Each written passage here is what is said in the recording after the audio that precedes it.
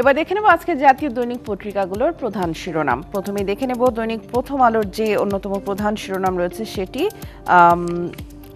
থাইল্যান্ডে আব্দুল হামিদ, সাবেক রাষ্ট্রপতি আব্দুল হামিদ চিকিৎসার জন্য সম্প্রতি থাইল্যান্ডে গিয়েছেন এবং এর পাল্টা পদক্ষেপ হিসেবে 4 পুলিশ কর্মকর্তার বিরুদ্ধে ব্যবস্থা নেওয়া হচ্ছে। 3 সদস্যের তদন্ত কমিটি গঠন করা হয়েছে। এরপর হচ্ছে সমকালেও একই প্রসঙ্গে করা হয়েছে প্রতিবেদনটি এবং শিরোনামটি হচ্ছে আব্দুল হামিদের বিদেশ যাত্রা, যমুনার সামনে ক্ষুব্ধ ছাত্ররা।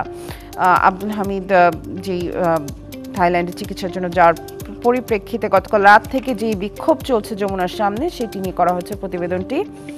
পরবর্তীতে আছে যুগান্তর, ভারতের অপারেশন সিঁদুর মোকাবিলায় পাকিস্তান ড্রোন রকেটে পাল্টা হামলা। গতকাল ভারতে যেই পাল্টা হামলা চালিয়েছে অবশেষে পাকিস্তান, সেই প্রসঙ্গে করা হচ্ছে প্রতিবেদনটি এবং এখানে সাবজেক্টের আরও কিছু তথ্য দেওয়া রয়েছে। 25 ড্রোন ভূপাতিত, 1 বেসামরিক নিহত, আহত 4 এমন দাবি করেছে পাকিস্তান এবং ভারতের 15 স্থাপনায় পাকিস্তানের হামলা, আকাশী ধ্বংসের দাবি করেছে ভারত এবং ভারতের 40 থেকে 50 জন সেনা নিহতের দাবি করেছে আবার পাকিস্তান এবং সংঘর্ষ নিরসনে মধ্যস্থতায় প্রস্তুত ট্রাম্প। কালবেলা দলগুলো তত্ত্বাবধায়ক ও দ্বিকক্ষ সংসদে একমত। জাতীয় ঐকমত্য কমিশন এরই মধ্যে 35টি দলের কাছ থেকে এ বিষয়ে মতামত পেয়েছে। সংরক্ষিত নারী আসন বাড়িয়ে 100 করার পক্ষে মত দিয়েছে দলগুলো এবং সরকারের মেয়াদ 5 বছরই বহাল রাখার পক্ষে অধিকাংশ দল। বাংলাদেশ প্রতিদিন, ফের হামলায় যুদ্ধ বিমান ড্রোন, আরও রণপ্রস্তুতিতে ভারত পাকিস্তান। ক্ষেপণাস্ত্র উড়ে গেল লাহোরের এয়ার ডিফেন্স সিস্টেম। জম্মু কাশ্মীরের 15 সেনা ঘাঁটিতে পাক বিমান হামলা। বাংলাদেশ প্রতিদিনেরও অন্যতম যে প্রধান শিরোনামটি সেটি করা হয়েছে পাক ভারত উত্তেজনা নিয়ে। এরপর আছে দৈনিক ইত্তেফাক, অসচ্ছল রোগীর চিকিৎসায় বরাদ্দ অর্থ প্রয়োজনের 1/3 হৃদরোগ হাসপাতাল। টেকনিশিয়ান ও কর্মচারী সংকট, 414 বেডের জনবল দিয়ে চলছে 1250 বেডের হাসপাতাল। যদিও সেই হাসপাতালের পরিচালক দাবি করছেন রোগীর চিকিৎসা নিশ্চিত করা হয়। কালের কণ্ঠতেও যমুনার সামনে রাতভর যে বিক্ষোভ চলছে আওয়ামী লীগ নিষিদ্ধের দাবিতে, এনসিপি সহ ছাত্র জনতার অবস্থান, সেটি নিয়ে করা হচ্ছে তাদের প্রতিবেদনটি। আওয়ামী লীগ নিষিদ্ধের দাবিতে এনসিপি সহ ছাত্র জনতার অবস্থান, রাতভর যমুনার সামনে বিক্ষোভ। আওয়ামী লীগ ও এর সহযোগী সংগঠন নিষিদ্ধ হতে পারে বলেছেন আইন উপদেষ্টা।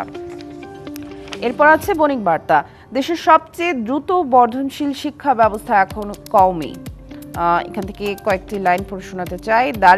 দরিদ্রতার কারণে বিগত কয়েক বছরে উল্লেখযোগ্য সংখ্যক অভিভাবক সন্তানদের জন্য শিক্ষা প্রতিষ্ঠান হিসেবে মাদ্রাসাকে বেছে নিয়েছেন। এরপর আছে কিছু ইংরেজি পত্রিকাও। প্রথমেই আছে the daily star, July atrocities, government forms ICT 2 to speed up trials. Advisor Mahfoud says law to be amended to try Awami League. NCP demonstrates in front of CS residents. অর্থাৎ জুলাই আন্দোলনের সময় মানবতা বিরোধী অপরাধের বিচার ত্বরান্বিত করতে আরও একটি আন্তর্জাতিক অপরাধ ট্রাইব্যুনাল গঠন করা হয়েছে। এরপর আছে the business standard, depleting reserves, deepening crisis, why gas shortfall has no quick fix. প্রাকৃতিক গ্যাসের যেই মজুতে যে চাপ পড়ছে এবং তার জন্য যে সংকট ঘনীভূত হয়ে আসছে সেটি নিয়েই করা হয়েছে প্রতিবেদনটি এবং চিত্রের মাধ্যমে এখানে নানা ধরনের তথ্য তুলে ধরা হয়েছে। The Daily Observer, China ready to help Teesta River Development Project soon. Ambassador Yao, Beijing not involved in humanitarian corridor to Myanmar's Rakhine state, says envoy. বাংলাদেশে যে চীনা রাষ্ট্রদূত আছেন তিনি বলেছেন যে তিস্তা মহাপরিকল্পনাতে চীনের যেই সহায়তার প্রস্তাব সেটি আসলে তিনি দিয়েছেন। এবং নিউ এজ আছে আমার হাতে সবশেষ, Yunus under criticism over privileges.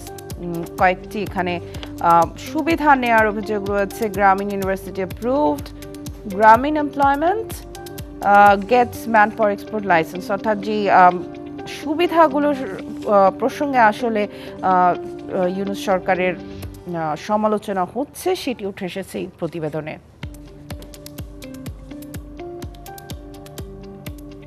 এই ছিল আমার কাছে আজকের জাতীয় দৈনিক পত্রিকাগুলোর প্রধান শিরোনাম।